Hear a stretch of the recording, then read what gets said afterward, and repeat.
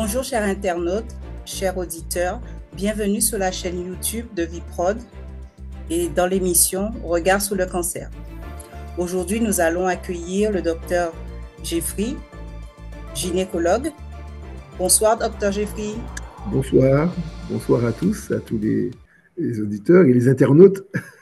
Voilà. Donc je suis Marie-Kelly Valérie et nous allons Marie-Kelly, passer quelques minutes ensemble dans tout à fait, l'émission Regard sur le cancer. très Et bien. nous allons approfondir, nous sommes dans le mois de sensibilisation autour du cancer, donc nous allons approfondir. Donc, docteur Jeffrey, le mot cancer, pourquoi le mot cancer est-il associé à la mort? Pourquoi quand quelqu'un apprend qu'il est atteint de cette pathologie, pourquoi il sent que tout s'effondre? Pourquoi c'est associé à la mort Mais, alors dans notre inconscient? et même dans notre conscient, hein.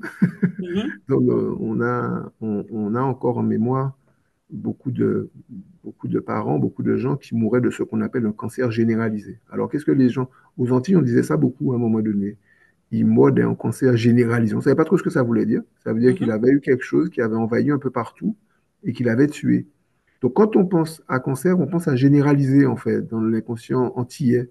Hein, on n'entend pas le mot généraliser, mais on se rend compte que beaucoup beaucoup de nos compatriotes, de nos concitoyens, effectivement, avaient ça en tête. Et quand on entend cancer, on se dit que c'est quelque chose qui a un potentiel à s'étendre. Et quand ça a tendance à s'étendre, ça a tendance à provoquer des dégâts. Et je pense que la mort, c'est le processus final. Et quand on a parlé de généralisation, on se dit ben, que le cancer a pris la place de tout, y compris de la vie. Et donc, ça aboutit à la mort. Et je pense que c'est ce qui donne à beaucoup d'entre nous l'impression que le cancer est lié à la mort, parce qu'en absence effectivement de traitement, effectivement, l'espérance de vie est réduite significativement. Et les délais de survie, hein, il y a des cancers qui sont très, très agressifs, malheureusement, qui tuent en très, très peu de mois, en 4 5 mois. Puis il y a des cancers comme le cancer de la prostate, qui sont des cancers plus longs, qui peuvent donner des espérances de vie après connaissance du cancer de plus de 20 ans. Et donc, et dans cette fourchette-là, on a toute une catégorie de cancers. Donc oui, le cancer, à juste titre, est associé à la mort, parce que c'est l'issue en général quand ce n'est pas traité. quand il n'est pas traité.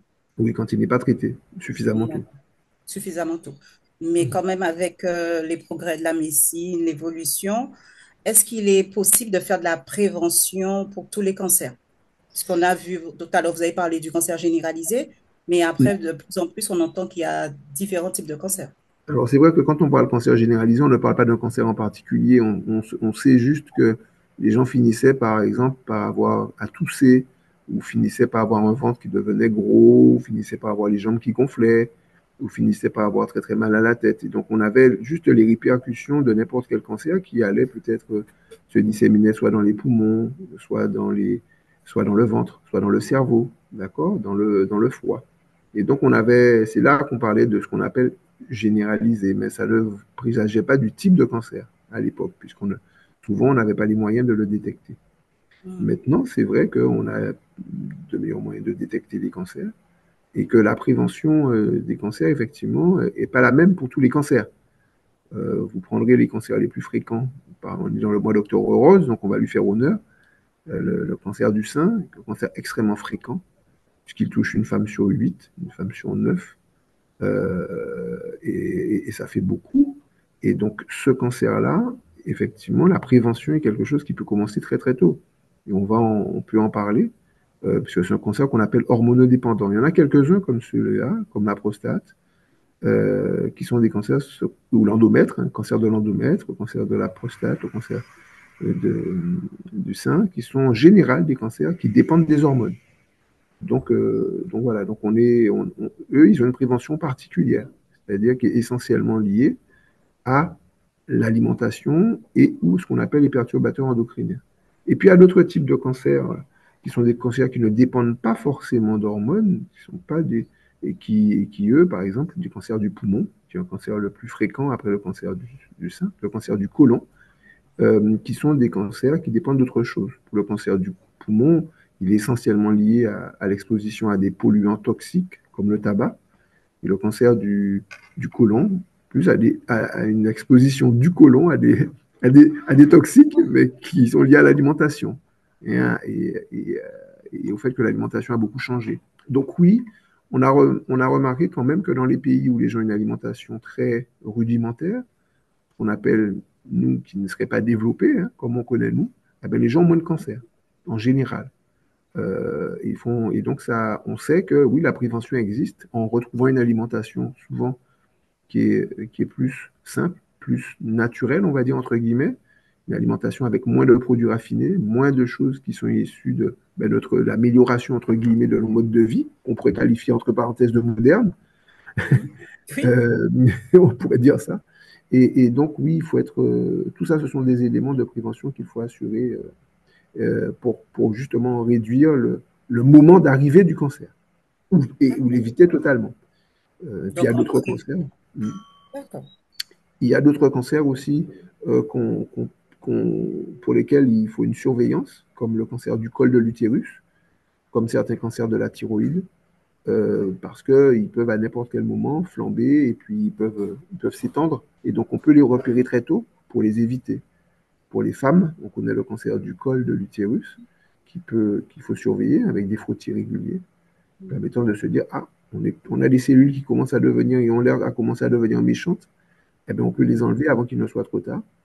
Et puis parfois, quand on a une boule au niveau de la thyroïde, ben ça peut être quelque chose qui peut aboutir à un cancer. Donc, opérer ces masses tôt, c'est-à-dire anticiper les choses en faisant du dépistage, en fait, tout simplement. D'accord.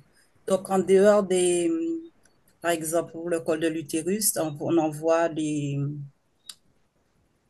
invitations pour le dépistage, mais en Oui, dehors c'est ce de qu'on veut. ça, est-ce que quelqu'un qui soupçonne quelque chose, soit une grosseur, peut aller lui-même Bien voir sûr. son médecin Alors, et oui, demander le dépistage? totalement. Alors, c'est là où, alors, si on parle vraiment de prévention primaire, c'est-à-dire qu'on a besoin, effectivement, dès le départ, de se dire qu'est-ce qui peut faire que le cancer n'arrive pas. Mhm. C'est-à-dire avant même la boule, hein, avant même la grosseur, avant même le saignement. Mhm. Et donc là, on joue sur les éléments de base qu'il faut connaître, c'est-à-dire éviter ce qu'on appelle tous les agents pathogènes qui ont tendance à entraîner des cancers, parce qu'ils modifient même la structure de la cellule, des cellules de chacun d'entre nous. Donc, le tabac en tête, l'alcool, ce sont des agents qui agissent directement sur les cellules, ils modifient l'ADN et qui peuvent perturber totalement le fonctionnement de nos cellules en entier, globalement, hein. Donc, ces deux facteurs, tabac et alcool, et puis tous les facteurs alimentaires, on le sait, une alimentation avec beaucoup de produits transformés euh, et ou raffinés qui ont un impact fort puisque leur corps ne les reconnaît pas comme étant des éléments naturels et a tendance à réagir contre cette alimentation en créant des inflammations. Et plus le corps doit se battre en créant en se battant contre ces agents-là, au fur et à mesure des années, eh bien, il y a des poches de résistance qui se créent et des endroits où quelque part, l'organisme ne va pas et se développent des espèces de niches, des foyers qui, au fur et à mesure, peuvent donner des pathologies d'inflammation chronique qui peuvent aboutir à des cancers. Donc, en fait, il faut faire très attention à son alimentation, faire très attention à l'environnement, hein, avec toutes ces choses qui peuvent agir, et puis beaucoup de choses qui peuvent être faites de façon active, comme l'activité physique, comme lutter contre le stress par des moyens, on va dire, de relaxation, de méditation, lutter contre un mode de vie un peu, et puis essayer de profiter pleinement de ce qu'on appelle des agents qui sont naturellement anti-cancer, comme le soleil, qui est un anti-cancer important, l'air frais, des aliments de qualité et l'eau, et en particulier l'eau de mer. On oublie trop souvent que nous avons à notre disposition beaucoup d'anticancers qui ont une vertu vraiment à combattre l'apparition de cellules cancéreuses en entraînant une meilleure alcalinisation du sang et donc de nos cellules. Donc oui, oui, donc il y a toute cette prévention est importante à mettre en avant pour justement éviter l'apparition de cancer ou bien le retarder son apparition. Donc, j'ai oublié de signaler aux internautes et aux auditeurs que le sujet d'aujourd'hui, c'est quelle prévention à mettre en place. Donc, nous sommes autour de la De la prévention. prévention, totalement. Tout à fait. D'accord. Donc, j'apprends beaucoup de choses, hein, docteur Giffry. Donc, Oui. on n'en apprend jamais assez. Assez, on n'en apprend jamais assez, c'est clair. Oui, mais en tout cas, Alors, comme je peux dire, il faut pour beaucoup de choses penser vraiment à son environnement. Je pense qu'on mhm, ne pense pas assez à son environnement. On nous a toujours beaucoup parlé de tous les types de cancers liés à, je sais pas, à la prise de substances, hein. Mais on ne pense pas mhm. assez souvent au fait que maintenant, dans notre environnement, avec les peintures, avec le plastique, avec avec les canettes, avec voilà, avec notre mode de vie, hein, on transforme beaucoup ce qui nous entoure et ça peut perturber nos cellules. Voilà. D'accord, docteur Giffry. Donc, on va poursuivre. Donc, Mhm. comment la nouvelle génération peut-elle éviter les conditions favorisées? Donc, on a déjà commencé, mais par exemple, il y Mhm. a les enfants, les ados, ceux qui ne sont pas malades. Donc, Bien sûr. comment éviter? Pour les jeunes. Alors, comment Alors, éviter je, alors, reprends- moi, je vais oui. reprendre, je Mhm. vais reprendre la question. Comment la nouvelle génération peut-elle éviter les conditions favorisant le cancer? Donc, que ce soit les enfants, les ados, les non-malades. Oui, alors, on est conscient, hein, nous sommes conscients en tant que professionnels que les jeunes, la jeunesse, c'est le meilleur moment pour pouvoir adopter des bons comportements qui, eux, vont clairement être des facteurs pour ralentir l'apparition de cancer. Pourquoi? Parce que c'est dans l'adolescence et la jeunesse qu'on prend les habitudes, qu'elles soient bonnes ou mauvaises, qui vont être très difficiles à changer après. Donc, quand on parle aux jeunes, j'ai presque envie de dire que c'est à ce moment-là qu'on peut le plus favorablement jouer sur leur vie.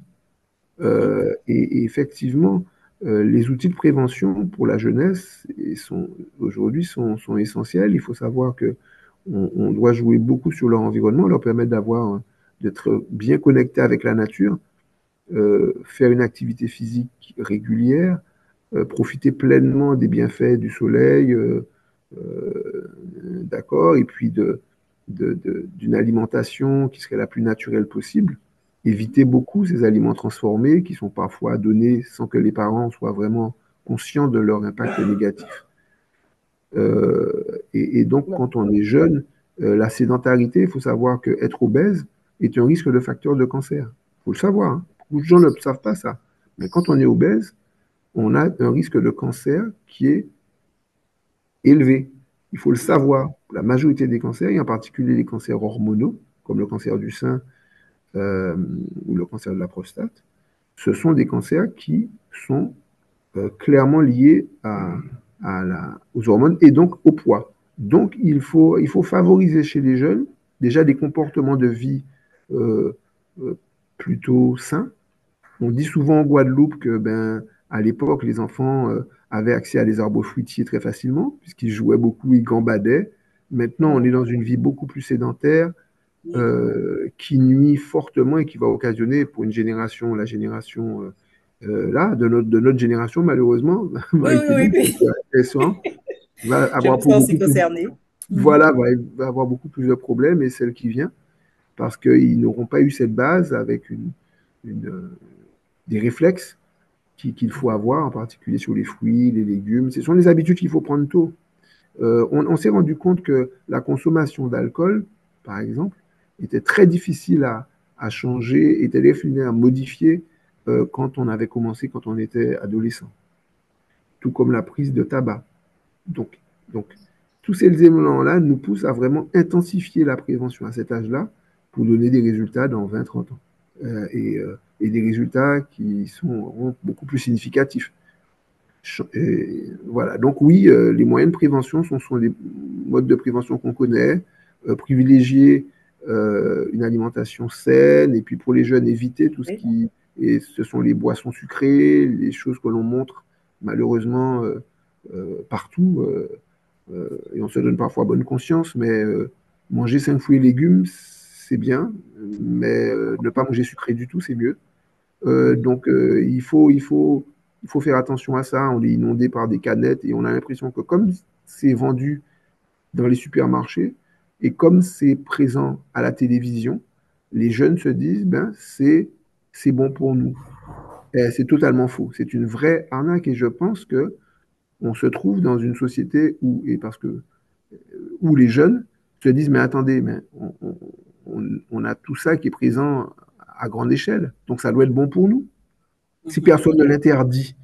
Oui, Donc on doit jouer avec les jeunes sur les perceptions et leur dire, même si vous voyez quelque chose à la télé, les gens qui les mettent à la télé, c'est pour les acheter. Et quand ils le font, c'est pas forcément que c'est bon pour vous, c'est bon surtout pour enrichir certaines personnes. Donc il faut impérativement être vigilant et conscientiser, avoir mhm. une conscience de tout ça pour les jeunes, ils apprendre à chercher.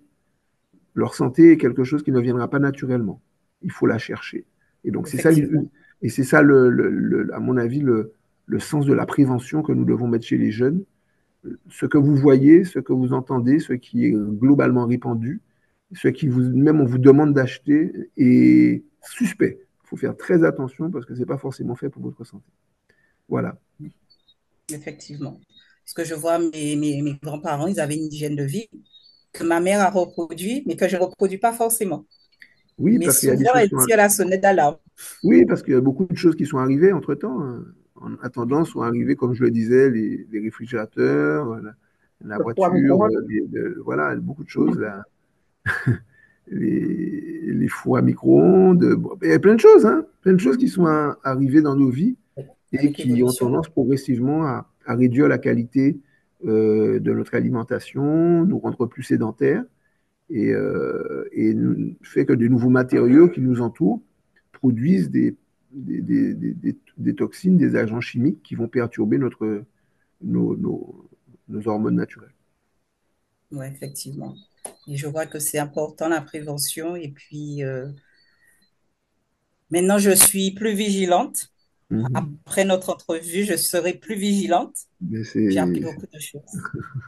mais en tout cas, Maëkeli, ce qui est vraiment important, c'est de chercher et de ne pas hésiter à creuser parce que les informations les plus importantes et qui marchent le mieux ne sont pas rentables. Donc, il faut aller les chercher. Il faut aller les chercher. Il faut creuser pour sa santé. Personne ne va pouvoir combattre l'industrie qui déverse des millions pour en gagner des milliards. Donc, ils vont déverser tout ça. Et donc, si on veut trouver, c'est pas devant ses yeux qu'il faut aller le chercher. Faut creuser.